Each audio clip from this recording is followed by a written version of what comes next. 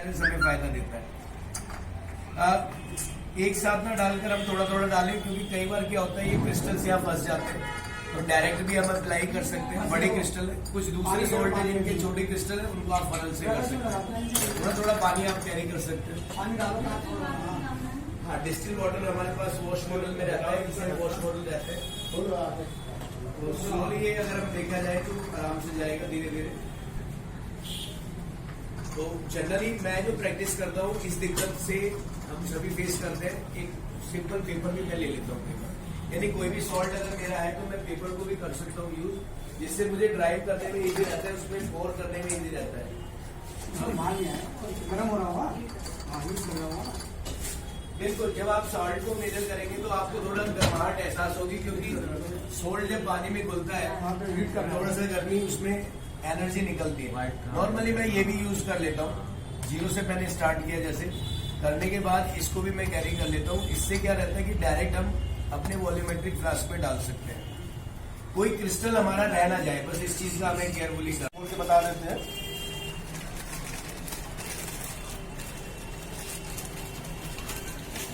ये इसका प्लेटफॉर्म है, इसमें पहले से ही सारा सॉकेट बना हुआ है, देखिए ये है, और अरेंज करने के लिए दिक्कत नहीं है।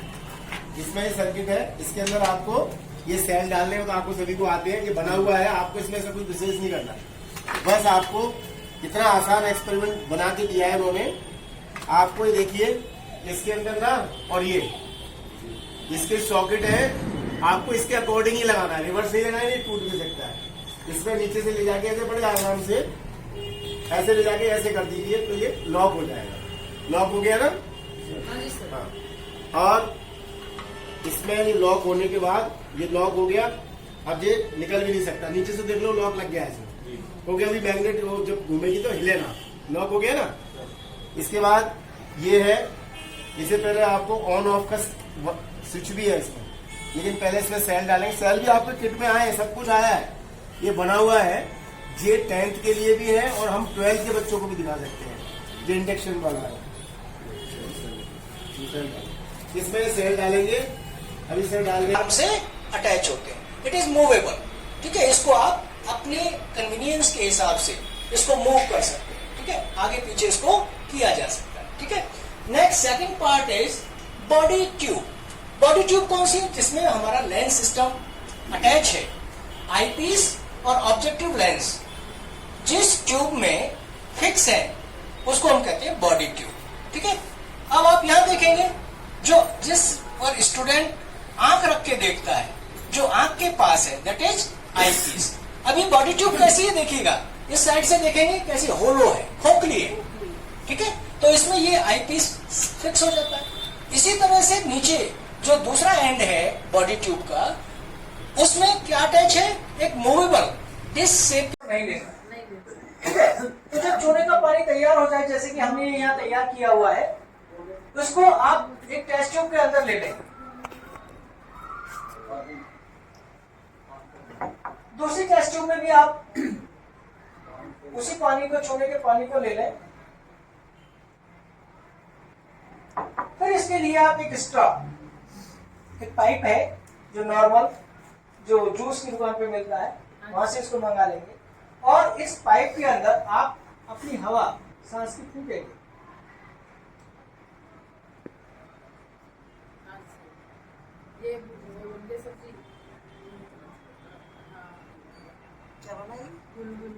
बबल्स फॉर्म, कलर चेंज हो गया, थोड़ा कलर चेंज हो जाएगा उसका।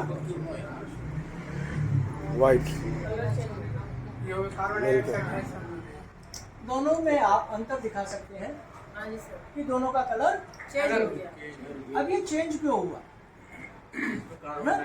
तो ये चेंज क्यों हुआ आप बच्चों को बता सकते हैं कि हमारी सांस में जो कार्बन डाइऑक्साइड थी, उसने चूने के पानी से केमिकल रिएक्शन किया, एक अभिक्रिया हुई, रासायनिक अभिक्रिया, जिसकी वजह से इसका जो सबसे पहले आप पता लगाएंगे कि आपका कारण क्या है, क्योंकि अगर हम आग के प्रकार के बारे में बात करेंगे तो वो बेसिकली 5 तरह की आग होती है, जिसको हम alphabetically A, B, C, D और K, इन 5 कैटेगरी में डिवाइड करते हैं।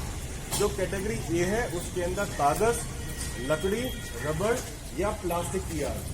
बी कैटेगरी का मतलब होता है जो भी गैसोलीन प्रोडक्ट होंगे, जैसे कि पेट्रोल, डीजल, केरोसिन ऑयल। उसके बाद अगर कैटेगरी सी की बात करें तो जो भी हमारे विद्युत उपकरण है उनकी वजह से जब कोई आग लगती है तो कैटेगरी सी के अंदर आएगी। उसके बाद कैटेगरी डी के अंदर जो भी आपके रासायनिक, या देखेंगे इस तरफ दो तरह की नोक बनी हुई है, इन दो तरह की नोक के ऊपर एक प्लास्टिक का टैग होता है। तो सबसे पहले इस्तेमाल करने से पहले यहाँ से उस प्लास्टिक के टैग को रिमूव करेंगे, क्योंकि जब तक वो प्लास्टिक का टैग रिमूव नहीं होगा तब तक ये नोक बाहर नहीं निकलेगी। तो सबसे पहले उस प्लास्टिक के नोक को तोड़ा जाता है। तोड़ने के बाद ये जो निडल होगी ये आसानी से इस तरह से निकल जाती है। निकलने के बाद अब इसके जो लीवर्स होंगे इसको हम इजीली प्रेस कर सकते हैं जी। जब तक ये निडल नहीं निकलेगी तब तक ये प्रेस नहीं होंगे।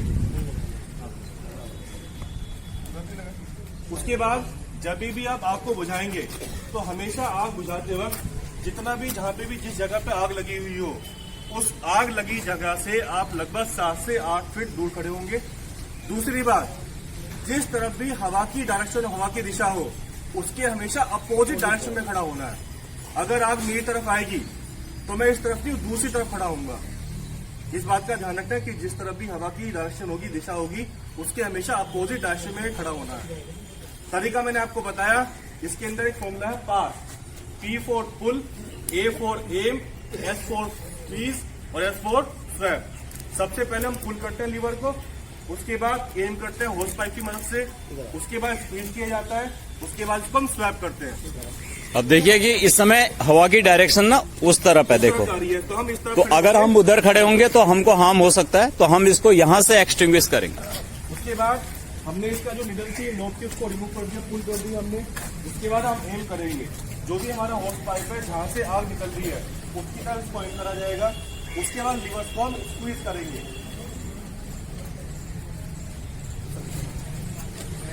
दूसरा लेके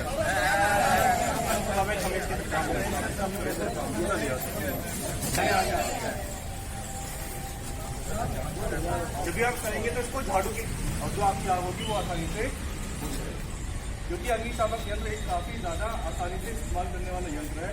इस तरह की व्यक्ति से कोई भी डरने वाली बात नहीं है, क्योंकि हमेशा आपको बुझाने का काम करेगा, आग को बढ़ाने का काम इसका नहीं।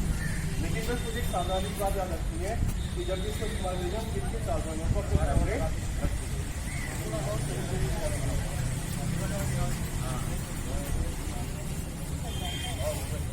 और जब भी आपको अपने स्कूल के अंदर रिमोट, चलिए स्टार्टेड।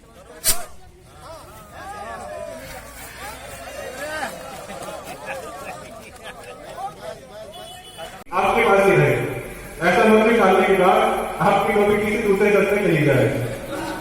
तो 1 2 3 करूंगा मैं, और करने के बाद आप तभी अपनी कैप को ऊपर की तरफ उठा लेंगे 3 के काउंट से, और जोर से चिल्लाएंगे, हिप हुर्रे।